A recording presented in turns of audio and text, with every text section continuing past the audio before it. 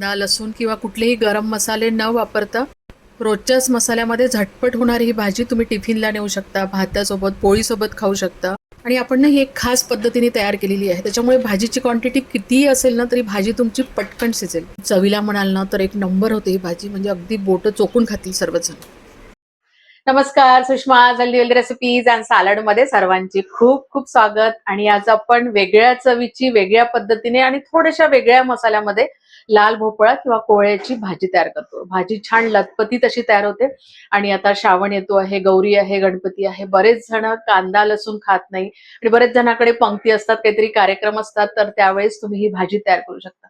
म्हणजे ही भाजी ना झटपट होते. कितीही भाजी असेल ना तर पटकन तुमची तयार होते. या भाजीमध्ये आपण कुठल्याही गरम मसाल्याचा वापर केला नाही आहे आणि रोजच्याच मसाल्यामध्ये ही भाजी तयार केलेली आहे, पण थोडीशी वेगळ्या पद्धतीने.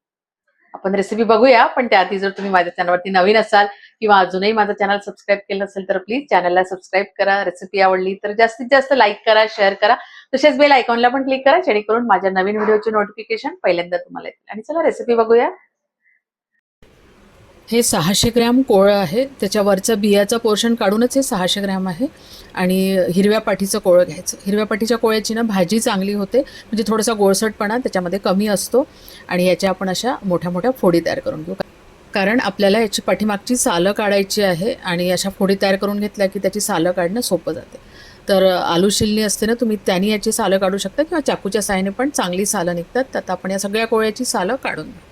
आणि ही जी सालं आहे ना, तर ही सालं फेकून नाही द्यायची, याची पण भाजी होते. म्हणजे मी तर याची भाजी करत असते अशा पद्धतीने, जेव्हा कोळ्याची भाजी करते किंवा कोळ्याचे काही प्रकार केल्यानंतर जे सालं निघते ना, तर त्याची छान मोकळी भाजी होते. याचा एक शॉर्ट व्हिडिओ पण आपल्या चॅनलवरती आहे. छान अगळपगळ कांदे घालून खूप चवदार भाजी तयार होते. त्याच्यामुळे तुम्हाला आवडत असेल तर हे फेकू नका, याची भाजी तुम्ही तयार करू शकता. आता कोळ्याचे सालं काढून झाल्यानंतर याच्या अशा पद्धतीने आपण छोट्या छोट्या फोडी तयार करून घेऊ. आता या फोडी पाण्यामध्ये टाकून घ्यायच्या.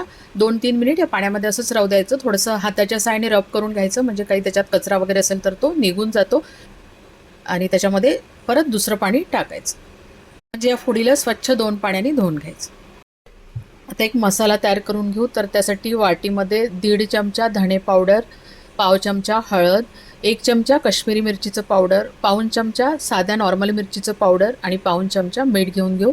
आणि 4 मिरे घेऊन घेतले, 4 ते 5 मिरे घेऊन घ्या. आणि याला आपण खलामध्ये बारीक करून घेऊ. खूप पावडर करायची नाही आहे, थोडीशी जाडसर राहिली तरी चालते.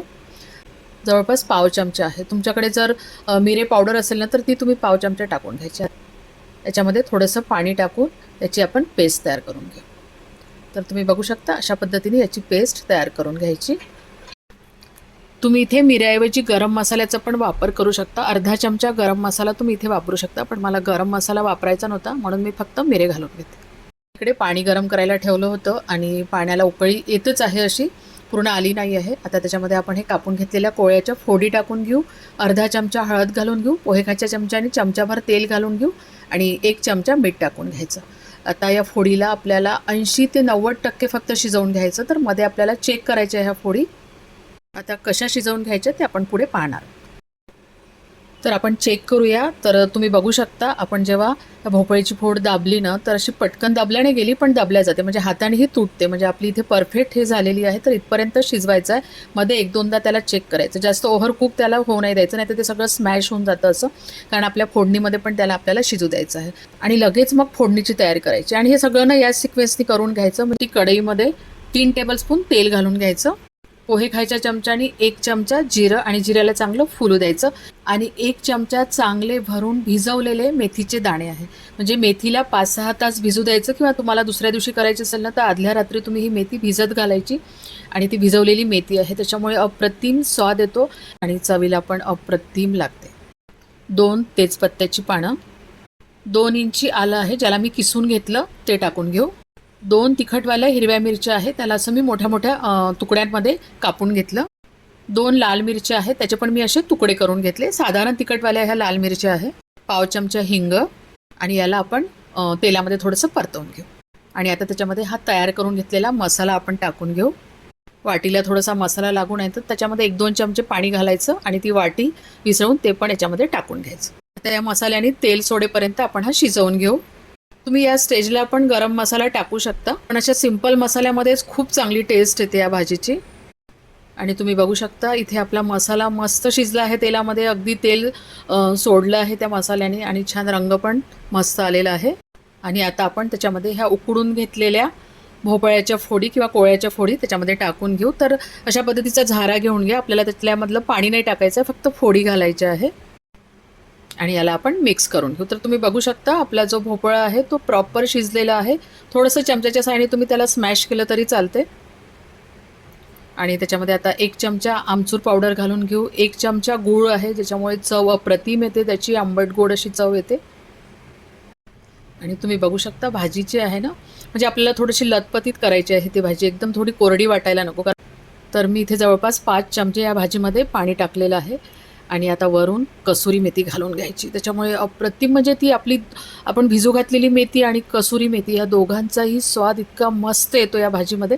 कसुरी मेथी ना थोडीशी तव्यावरती बरेचदा आपण आणून ठेवतो ना, तर ती अशी चांबट पडते. तर तव्यावर थोडीशी हलकशी होऊ द्यायची, म्हणजे त्याचं पावडर जे आहे ते चांगलं होते. पोहे खायच्या चमच्याने 1 चमचा कसुरी मेथी घालून घेतली याच्यामध्ये. आणि आपलं जे बॉईल केलेलं पाणी आहे ना, त्याच्यामध्ये तुम्ही भात शिजवू शकता किंवा कुठल्या दुसऱ्या ग्रेव्हीमध्ये ते वापरू शकता ते पाणी, किंवा कणिक वगैरे भिजवायसाठी पण तुम्ही त्याचा वापर करू शकता. फेकून देऊ नका, ते पाणी खूप चांगलं आहे. किंवा एखादं सूप तुम्ही तयार करत असेल ना, तर त्याच्यामध्ये ते पाणी वापरू शकता. इथे मीठ आपण टाकलं नाही, कारण आपण बॉईल करताना पण मीठ वापरलेलं आहे आणि जेव्हा आपण मसाल्याचा तो घोळ तयार केला होता ना, तेव्हाही मिठाचा वापर केला होता आपण. आणि आता या भाजीला आपल्याला बिलकुल शिजवायचं नाही, याच्यावरती झाकण पण ठेवायची गरज नाही. जस्ट हे सगळे मसाले मिक्स झाले आणि कसुरी मेथी वगैरे टाकून झाली की 1 मिनिटानंतर तुमची ही भाजी अगदी तयार होते. आणि तुम्ही बघू शकता भाजी मस्त तयार झालेली आहे, चवीला सुपर लागते ही भाजी. एकदा तुम्ही नक्की अशा पद्धतीने ट्राय करा. आणि आता कोथिंबीर घालायची आणि इथे तुमची भाजी अगदी तयार आहे. तुम्ही डब्यावर नेऊ शकता ही भाजी, इतकी चांगली ही भाजी तयार होते. तर अशा पद्धतीने तुम्ही एकदा ही कोळ्याची भाजी नक्की ट्राय करा. घरातील सगळे चाटून पुसून खातील. आणि आवडली तर लाईक शेअर करायला विसरू नका. परत भेटूया अशाच एका छानशा रेसिपी सोबत. तोपर्यंत धन्यवाद.